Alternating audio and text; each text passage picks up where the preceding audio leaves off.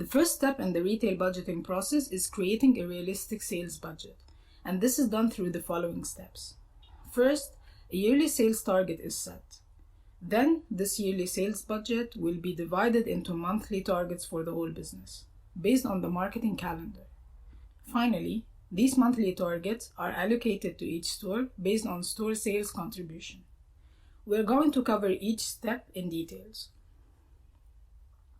As we mentioned before, since we are following the incremental budgeting approach, last year's performance will be taken as a base for setting this year's sales target. In particular, we are going to calculate the sales per day for each store for last year and use this sales per day to build on it the new sales per day target for next year. But what about new stores that were not trading last year? For these stores, we are going to follow a different process, and the goal is to also arrive at a realistic sales per day figure for the year.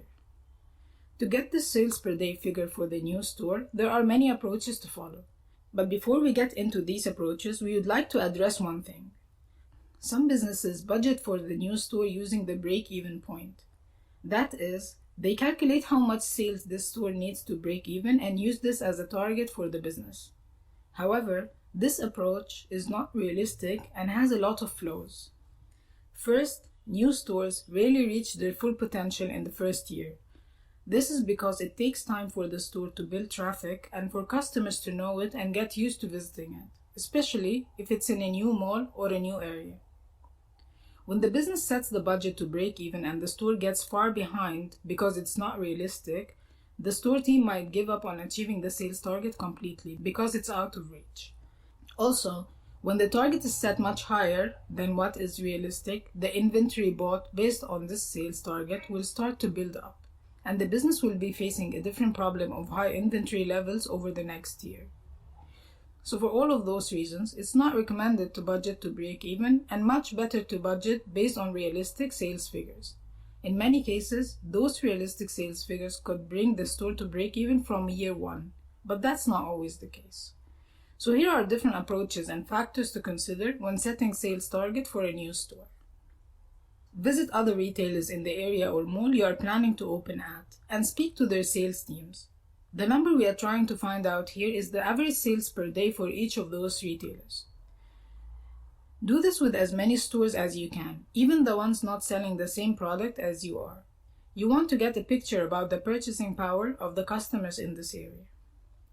It helps to find out the sales at anchor stores and big retailers in the mall and compare it with other anchor stores in other malls where you also operate.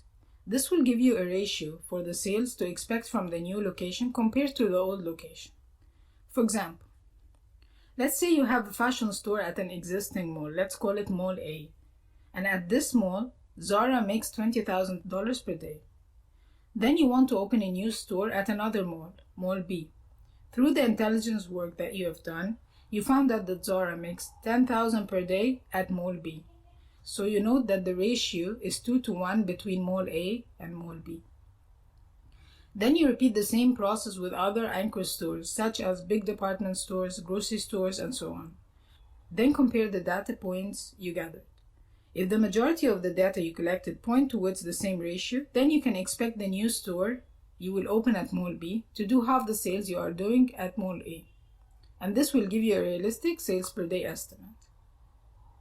You will also do the same process with competing stores and not only anchor stores. The more data points you gather through intelligence, the more accurate your forecast is going to be.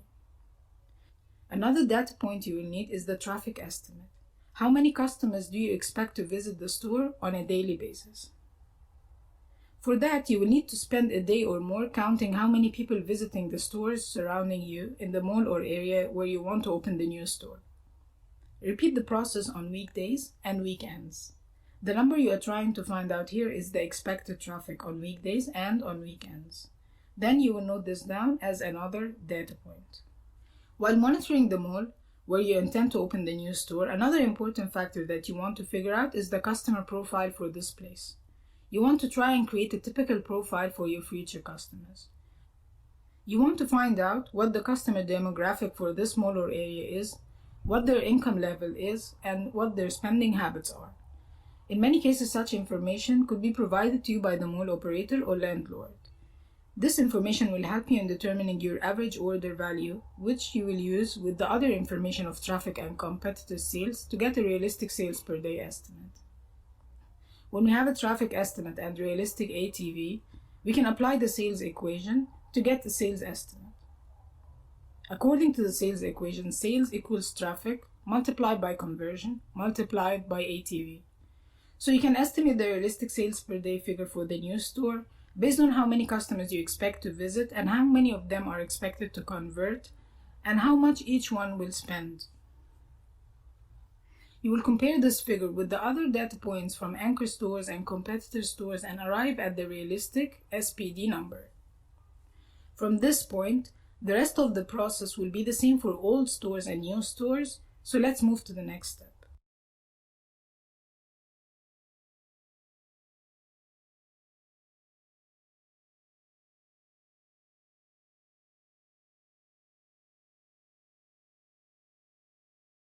To start with the yearly target, we will first gather sales data from the business from the last 2 years. Not only last year, because we want to see the growth trend over the last 2 years. For example, if we are budgeting for 2020, we will pull out the sales data for the store for 2018 and 2019 and calculate growth for each store. Then from the sales of last year for each store, we are going to calculate the sales per day by dividing the total sales of the year for each store by the number of trading days of that store. For example, if the store has traded a full year, we will divide by 365 or 366 if the year was 366 days. If the store only opened mid-year and so it traded only for half of the year, we will divide by 180 days or the actual trading days for the year, and so on. Now that we have a sales per day figure for last year, 2019, we will start assigning growth or degrowth percentage for each store after considering the following factors. As we mentioned at the beginning, the economy plays a big role when it comes to retail budgeting. So the first step is to factor economic growth or degrowth in your sales planning. You can get such information from official government portals and other platforms that provide data on GDP and sector performance. Use this information to determine the growth or degrowth estimate for next year for the business as a whole. Let's say the GDP is expected to grow by 1.7% next year, and interest rates are the same, and no other negative influences are expected. So we note down 1.7% growth as one factor. Then we check the other factors. If the competition is opening new stores or changing their sales strategy and applying aggressive discounts and taking market share from you, whether from the business as a whole or for specific store locations, note that down and use it in your estimate as one factor. Internal factors will include the store sales trend. Has the store been growing or declining over the last years? Has there been any demographic changes in the area affecting the sales at this store? You can expect the same direction of the trend to continue unless there are changes in circumstances. Also, in the case of new stores, they usually see high growth in their second year as more traffic gets built up, as we mentioned before. So they could show a double-digit growth in the second year, and then it starts to level off afterwards. If you've just opened new stores close to the existing ones, you can expect some degree of cannibalization to happen. So the older stores might see a decline in sales. Make your estimate and note it down by store. Finally, if you're implementing any changes in your marketing calendar or markdown strategy, you can expect this to have a direct effect on sales. For example, let's say that the management decided that your discount level is high, and this year you are going to have less markdown events. This will lead to lower sales, although it will lead also to higher margins. So while budgeting the sales at this step, you will apply degrowth percentage, and in the next step, while budgeting margins, you will increase the margin. So now you have your notes that cover all the different factors affecting sales, and you have assigned a certain percentage of growth or degrowth to each factor and to each store. Let's see an example of how you can use this information to project a realistic sales per day by store for the next year, which in this example is 2020. This is an example of a business that has 5 stores. One of the 5 stores only opened last year, and the other 4 stores have been operational throughout last year and the year before. Now we assign a growth or degrowth percentage to each store based on the factors discussed before, and here's an example. Store 1 is an old established store, and nothing new is happening for this area. The economy is expected to grow by 1.7% as we said, and no exceptional economic events are happening. So we assign a 1.7% growth for that store. Store 5 is a new store, so we expect it to grow by 16.7%, so we have assigned it as such. Store 3 has grown by 13% last year due to closure of nearby store and shifting of customers from the closed store. We don't expect it to maintain such high growth as most customers have already shifted, so we assign it a 2.9% growth, which includes 1.7% from economic growth and additional growth for more customers that are still shifting. For the business overall, we are expecting a 2% LFL growth, which is reflecting the 1.7% economic growth and extra growth that's due to the store-specific reasons that we've just mentioned. So now we have a new sales per day for each store and a total sales per day for the whole business. In the last column on the right, the contribution of each store is calculated based on the new numbers for each store and the total business sales. Contribution is the sales of each store divided by total sales of the business and then multiplied by 100 to get the percentage. We will be using contribution later on when we set sales target by store.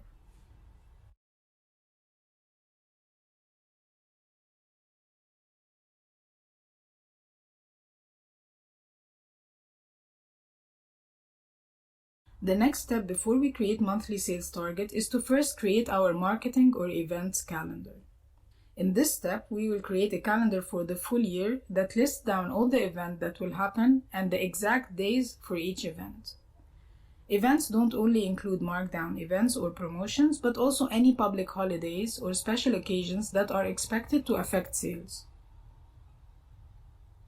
The purpose of this is to give you an overview for each month so that when you set the budget for the month, you will have a realistic sales figure that reflects the events happening during the month. Marketing events such as promotions and markdowns are closely tied to your sales and margin figures, so the marketing calendar is an essential step in sales budgeting. For example, if your sales targets are set based on last year and last year you had 60 days of events, then this year you should also have the same number of event days to drive the same sales. If, however, you are planning to reduce markdown events, then you have to plan your sales accordingly because less markdown will lead to lower sales and higher margins, as we said. So set your calendar and make sure it's in line with your projected sales and margin levels, then move on to the next step. In this step, we are going to budget for each month based on the marketing calendar. Here we will take last year as a benchmark, but also consider any shifting in event days. For example, if last year we had end of season sale in May and June, but this year we will do it in April and May instead, then this year April will have higher sales and lower margin budgeted than last year, and June will have lower sales and higher margin budgeted. Overall, the total sales and growth have to reflect the same number we have set in step 1. In this case, it was 4% overall growth and total sales of 5,984,520. Also, now that we have the margins planned, we get the total margin percentage for the entire business, which is in this case 58%. Now we can move to the next step. Now that we have monthly sales target, we will then create the store-wise target for each month. This is done by multiplying the monthly sales by sales contribution of each store from the contribution column we mentioned at the first step. Some adjustments and exceptions might be applied. For example, if one store doesn't perform as well during a certain season, but performs much higher on another season, this could be adjusted manually in the store's target. Here we just assume same contribution throughout the year for the sake of simplicity. But main thing is that the total target for the year for the store matches the total target for the same store from step 1. So now we have sales per month by store. The next step before we create monthly